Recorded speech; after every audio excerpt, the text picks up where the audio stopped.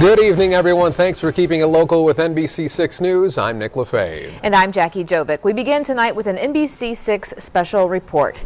Suicide among our nation's military now exceeds the number of servicemen and women who die in combat. According to a report out earlier this year, military suicides grew 15% in 2012 over 2011. 349 service members take their own lives compared to the 295 troops who die in combat situations. But these numbers pale in comparison with suicide rates among the veteran population. The Department of Veterans Affairs says last year 18 veterans committed suicide each day, with one vet taking his or her own life every 80 minutes. In tonight's Enemy Within special report, Pentagon officials are calling it an epidemic. They believe the rise in suicide rates is based on 10 years of war and economic woes here at home. As NBC6's Leslie Draffin tells us, counselors working with local veterans say it is likely that things will get worse. It's shocking, it's frightening, it's a huge problem, and it's really unprecedented. Gary Janes works with local veterans every day, and he says understanding the growing rates of suicide among these men and women means taking a walk in their boots. It's scary, the level of suicides, particularly among active duty, but I think that that's just a combination of multiple deployments and tremendous stress and just the breakdown of family units and just being away from family and just really a disruption of their life in general. Janes believes many young veterans become suicidal because of what they experienced during battle. Post-traumatic stress disorder, or PTSD, is a common issue, but Janes says this unseen problem is hard to treat. It's one of those things, it's internal, we can't see it. Maybe 5-10 years later that there's a single event that maybe causes somebody to have a flashback or then just triggers it. Former Army Corporal Cliff Malone says his struggle with PTSD began while he was serving in the first Gulf War. I knew I was disturbed with PTSD.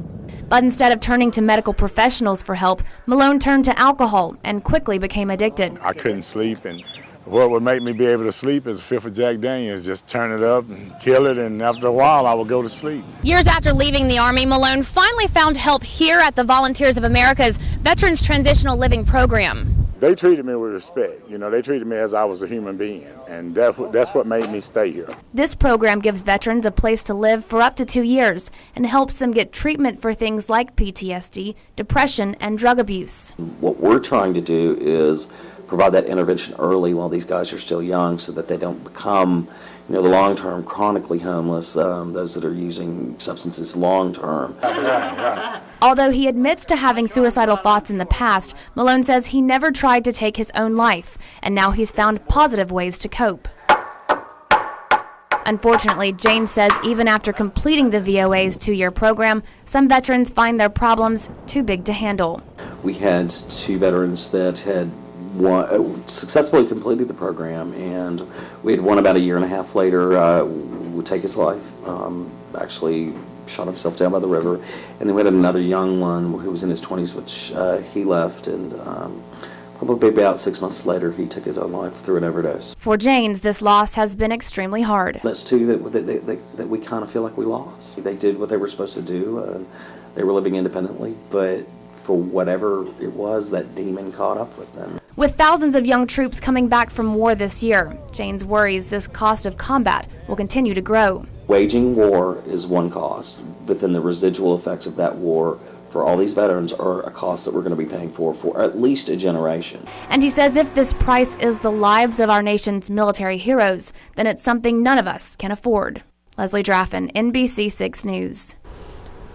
If you or someone you know is a veteran struggling with depression or considering suicide, help is available. Call the Veterans Crisis Line at 1-800-273-8255 and press 1. Also, military members and their families are invited to a free seminar on dealing with post-traumatic stress disorder. The event starts tomorrow at noon at the Samaritan Counseling Center in Shreveport. Call 318-221-6121 to learn more.